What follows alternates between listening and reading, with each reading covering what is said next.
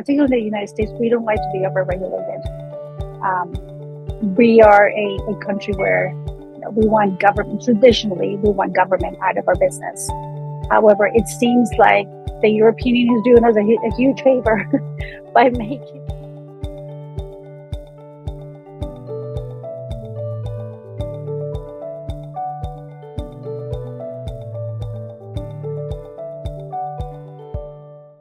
Let's get it going. Hello, everyone. Welcome to the Actionable ESG Talk series brought to you by AKFI Actionable Knowledge Foundational Institute, the world's first nonprofit industry association committed to bridging the gap between ESG, sustainability, and digital transformation. My name is Isabella. I am the co-host here with Manuel, another co-host, and also the executive director at AKFI. And thanks to this series, we get to connect with great minds to together discuss the current state and the future state of ESG, sustainability, and digital transformation. Today, we have Juliana join us. Hello, Juliana. Good to see you. Hello, nice to be here. Thank you for having me. Thank you for taking the time. A little bit about Juliana to our audience. Juliana is the CEO of 14800 Partners, where she champions an inclusive vision that empowers her team to drive innovation and impact. Under her leadership, the firm helps clients uncover and leverage their impact beyond the obvious by seamlessly integrating financial and impact metrics without robust environmental social, and technological governance. And this approach ensures profitability and emphasizes sustainability and corporate responsibility, establishing a holistic model of success.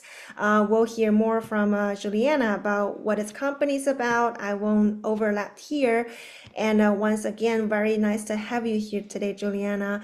To start our conversation, why don't you tell us about the company that you founded, your new company, 14800 Partners, and how does it relate to the impact economy, the topics that we're going to cover today? Thank you. So 4800 was the culmination of many conversations that I've had with peers of mine. I'm a corporate strategist by background, and I've been practicing sustainability and impact for a long time before ESG, long before there were ever labels around that. The idea that everything that we do has an impact, whether that impact is intended or unintended, direct or indirect, has always been top of mind for me when I help clients. And in that process, I've come across many other individuals that think the same way and apply the same principles to their practice. And when the idea of ESG and sustainability came to the mainstream in the United States, what we started to see was that sustainability was being siloed. ESG was being siloed. It was sort of like an add-on, the ugly stepchild that we all have to accept, but nobody really wants around the dinner table. In order for sustainability and for ESG to truly make a difference and help businesses become more competitive, it cannot be siloed. It has to be truly integrated into the DNA of the organization. But the more conversations we had about it, how do we go about solving this problem in our respective fields, but also the disciplines, but also in our respective companies, the idea of let's work together in a multidisciplinary fashion and bring to the market a team of people that collectively can help embed and drive sustainability and ESG, and thus making a greater impact. As we started to develop the concept of 4800, the one thing that became obvious to us through research and through conversations with ourselves, but also with our networks, is that the economy is, the type of economy in which we navigate is changing, and is changing fast. So we're going away from the traditional economy that is focused more on short-term gains and on shareholders' primacy towards what we call an impact economy, which is, still the same financial goals exist, but it's not just about financial goals anymore. It's about what are the contributions to society into the environment, and how do we as an organization affect society and environment in our quest for those profits, for that financial stability. That's, after many discussions, that's how 4800 came to be. And our primary mission is to help companies uncover that hidden impact that they already make and build from that position of strength, harness technology, find a balance between an equilibrium between the financial and the non-financial, and capitalize on their impact as they move towards an impact economy, taking them by the hand, guiding them, being their sounding board as they move towards this impact economy that we talk about. Thank you. Well, thank you, Juliana. Very good 360 view of how the economics are changing, and I particularly like your contrast between the shareholder primacy, the 55 years old dictum, and the current state of the economy. Do you find in your work with your partners, with your colleagues, the impact economy is really taking shape? There are contrarian views on where we are on the change. I mean, there's always going to be contrarian views. As you know, when we talk to prospective clients or peers, whatever the labels or whatever they might call it, they're all talking about the same. The regulatory landscape is changing rapidly around the globe. Customer demand, particularly at a younger generational level, is changing rapidly. And what they care about in a brain owning company, it's very different from what their parents and grandparents used to care about. There's also the desire for more transparency and the availability of data, right? So it used to be that companies could come up with a story, tell the story, and we needed to take that as face value.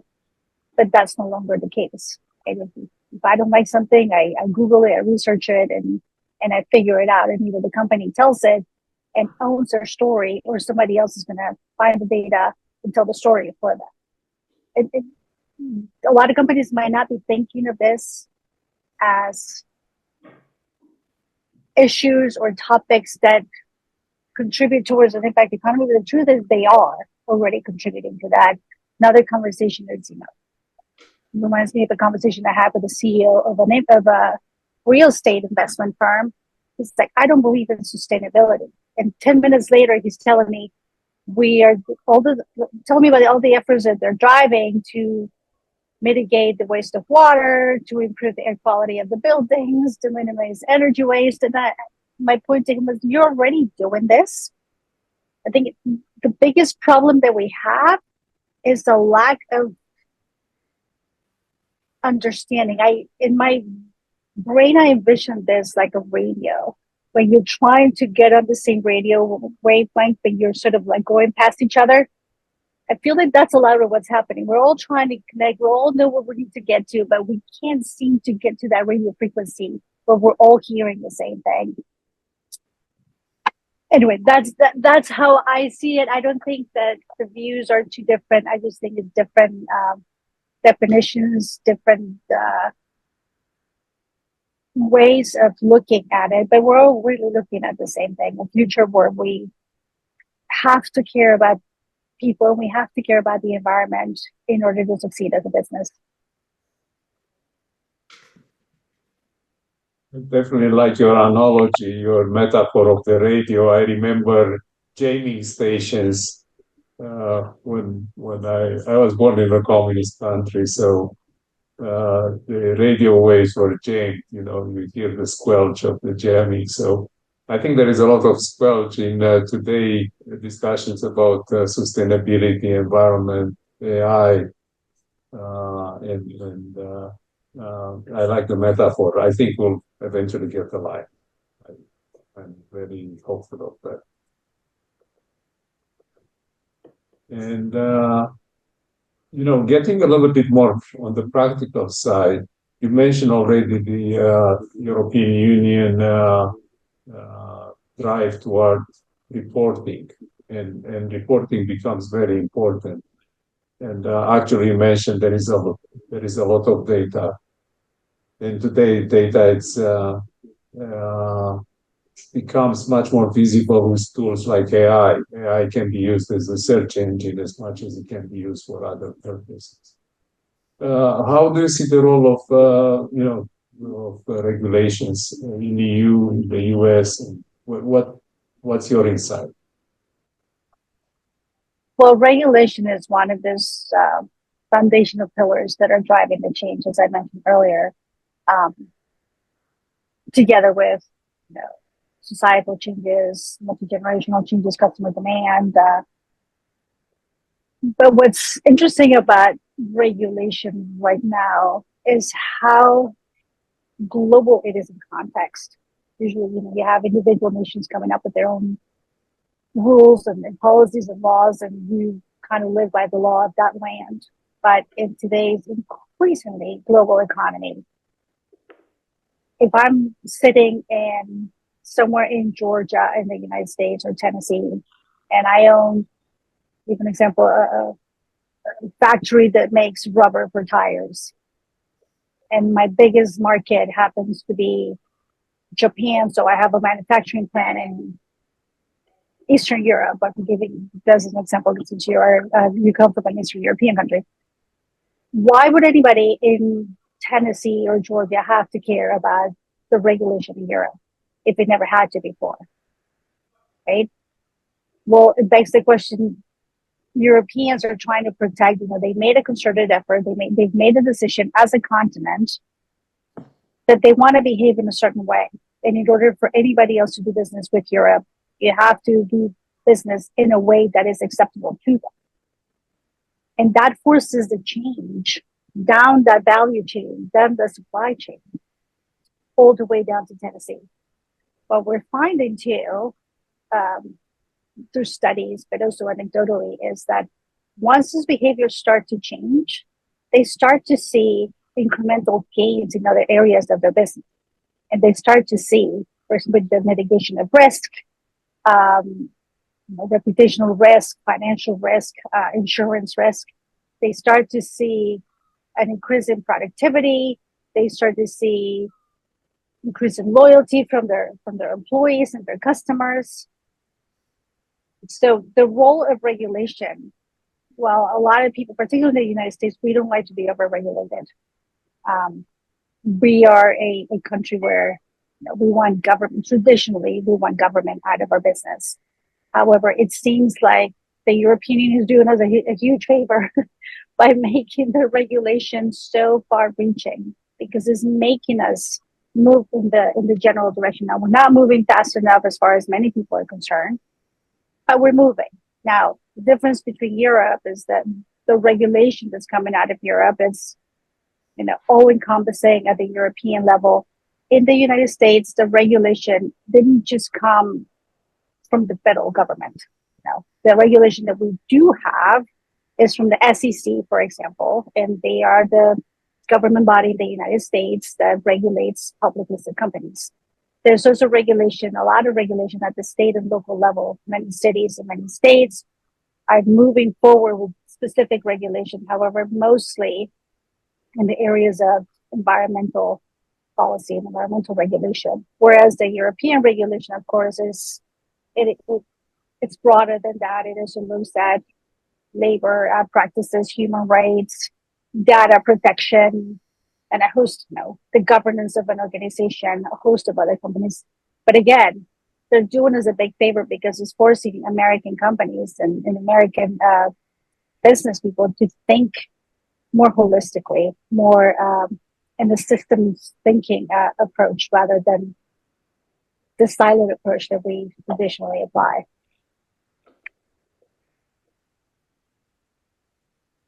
Did that more or less answer your question?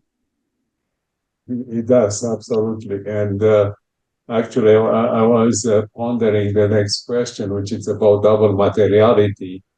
And double materiality was, you mentioned Security and Exchange Commission tried to enact it, or maybe enact is not the proper term, regulate. And incorporate into their, incorporate, yeah. and very quickly after it became a court case, and it's being adjudicated in the courts probably for the next couple of years. But also you brought another aspect. Global corporations respond in general to regulations by selecting the most stringent one, so they don't have to have multiple reporting, national reporting. So they internalize the most stringent one, as you mentioned, the CSRD, the EFRAG, the regulations in Europe, the digital regulation, uh, are becoming internalized in large corporations. I don't know if you have any comment about this trend.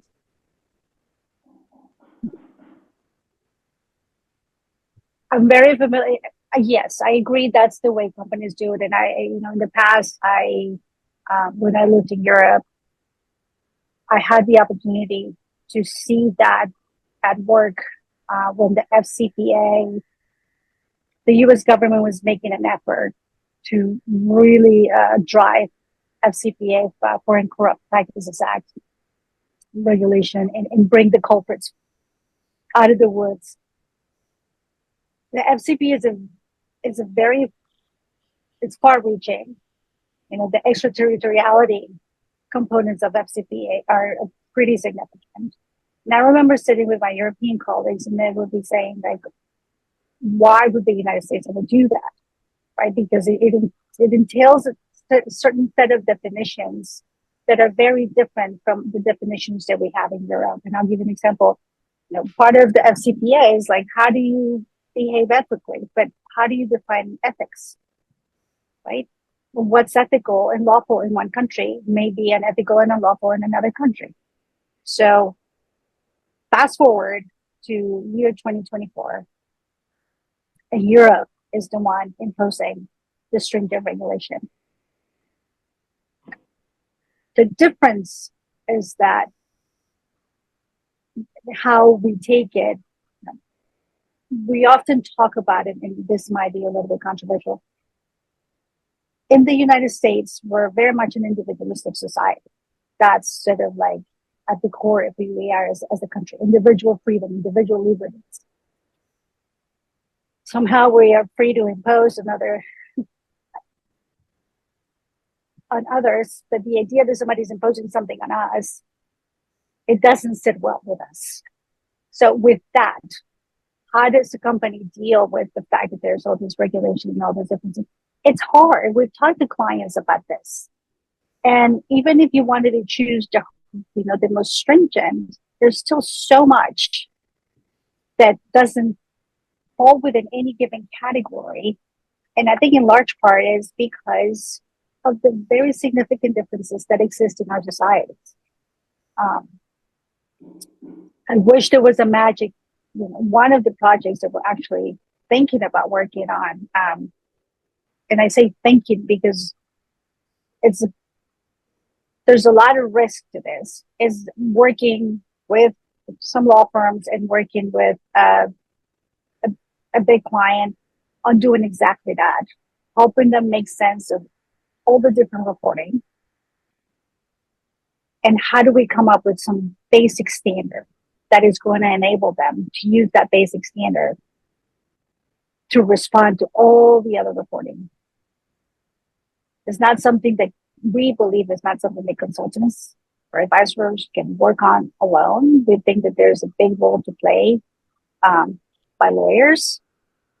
And that's something else that concerns me, is the fact that in our quest to harmonize and to build efficiencies and cut cost, we're forgetting about the intricacies, the legal intricacies of what we're trying to do.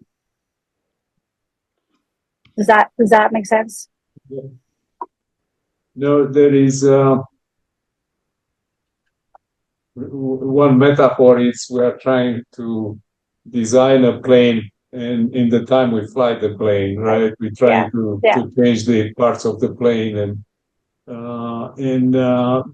that's maybe a symptom, and I'm sure Isabella can add more about the development of the technology as well, underpinning all these changes, AI, and also, as you said, the contrast of the ethical models. I don't know if Isabella would like to add something at this point. No, I'll do it later. We can continue the discussion on this topic. I think it's a good flow.